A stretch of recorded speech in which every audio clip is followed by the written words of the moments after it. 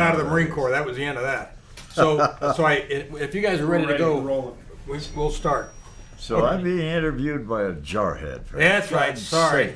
Yeah, see, they had to scrape the bottom of the barrel, Jim. Okay. So for the purpose of this tape, we want to greet you and welcome you to this interview with it's called the Kern Veterans Oral History Project. Okay. So today is October 3rd, 2012, and we're at American Sound Recording Studios. And the name of the person being interviewed is Jim Cartwright. Right. Is that right? That's correct. And Jim, and is it okay if I call you Jim? Well, heck yes. That's who I am. And what is your birth date? Your date of birth? October the 19th, 1923. Okay. And the names of the people attending the interview. So my name is Dick Taylor. I'm the interviewer. And the camera operator is... You're the only one that matters. Okay. All righty. So, Jim, what... you served in World War II. Yes. And what branch of the service were you in? United States Navy. There's the thing with the jarhead and the Navy thing. Okay, and what was the highest rank that you attained while you were in? Petty officer, first class. Okay, and where did you serve when you were in? Well, served a year in Livermore after I got out of boot camp. Then I went to Naval Reserve Air Base, assigned to VR-11 in 1943. VR, we moved the squadron to NAS Honolulu in November of 1943. We flew all over the Pacific, and there's no way you can get that. We were stationed there. This squadron was stationed there, but we flew what the Navy called R5Ds. You would know them as DC-4s. C-54 is the type of airplane we flew. As the war progressed to the west, we followed from island to island, started flying down to Johnson, Tarawa, Guadalcanal, New Guinea. When they took the Marshalls, then we went from Johnson up to Eniwetok, Kwajalein. Sure. When they took the Marianas, Saipan and Guam, then we went there. When they took the Philippines, then we went there. So we were in a number of different places. The Palawan, Peleliu, and we carried men and materiel. We also evacuated wounded. And that pretty much covers it. Now that's interesting that you mentioned Tarawa and Kwajalein and some of those areas. My late father was in the Army Air Corps and flew out of Tarawa after the Marines landed. Yeah, there was. I had a buddy on there, and I bumped across. Yeah, Tarawa's in the Gilbert served as a pretty important outpost during the Second World War. But the war, as you know, moved pretty quickly west. Right, and you mentioned the island hopping campaign.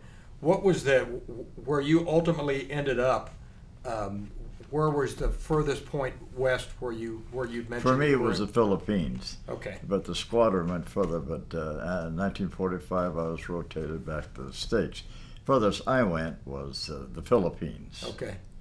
And we landed at both Samar and Clark Field. Right. And later became a Clark Air Base. Yes, that's right. That's right. Yeah.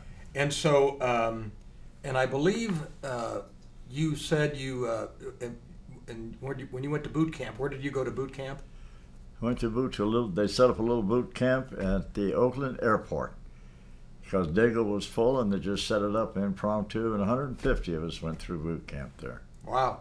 And then you were drafted. No, hell no. You volunteered. I and enlisted, you bet. Okay, so when you did that, what was your...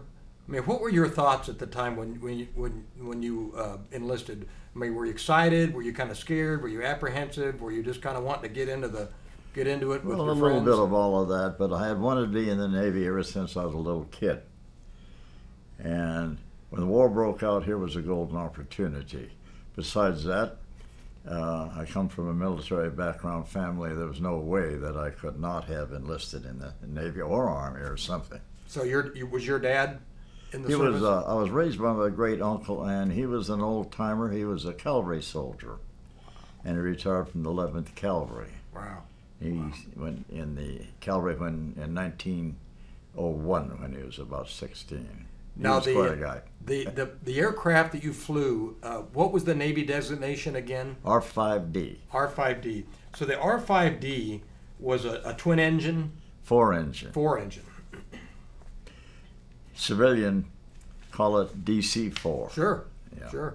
And then those had, what kind of engines did those have on them? Wright Patterson, I think. I don't really remember for sure. And do you remember when you went to boot camp up in Oakland? Yeah. Do you remember much about that time, or what your thoughts sure. were? Do you remember your instructors? And, Oh, absolutely. I don't remember their names. okay. But what they did is they sent two chief petty officers from San Diego up who was handling boot camp in San Diego to take over under the auspice of a Lieutenant J.G. I was also attached to it. So under the command of a Lieutenant J.G. and two chief petty officers, we did the whole thing. The boot camp, they did a very good boot camp. I think it was 3 months. And we went rolling on Lake Merritt in Oakland, and we went to the firing range, and a bunch of rabble when we went in as upstanding sailors when they got done. So what was your job aboard the R5D in the I was squadron? a radio operator. In those days, they carried radio operators on Morse code, and so because you couldn't communicate voice more than maybe 100, 150 miles out, it was up to us to receive and send messages. So then at some point in time, you had to learn Morse code. Oh, you could not make the rate unless you were proficient in Morse code. Okay. And so just curious, is that something you recall? I mean, do you recall any of the criteria for Morse code Sure, now? sure. Wow. First of all, the Navy set up radio schools, but I was in too early for that. When we got through boot camp, we all thought we were going to be assigned to some ship and go off in glory, but we weren't. We were transferred to the station that we went through boot camp. We became station keepers at Naval Reserve Air Base, Oakland, California. And we took a bunch of aptitude tests, and I was assigned to the communications. And so I learned the code, became good at it, and became an instructor for the students because it was a primary training station for students to learn to fly on their way up to become fighter pilots. Ah. That was the primary mission of the Air Base. And so you instructed other new enlisted personnel No, I in instructed cadets. the cadets future officers. who were going through flight training to become naval aviators. And in what part of the instructional curriculum did your instruction Taught fall them in? the Morse code.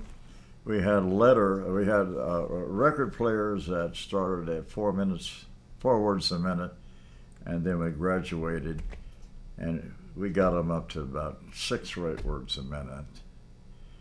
And we taught them some naval communication procedure. And so whenever you see these photos or videos and movies of personnel on these aircraft, a lot of the radio man's responsibility was sending and receiving and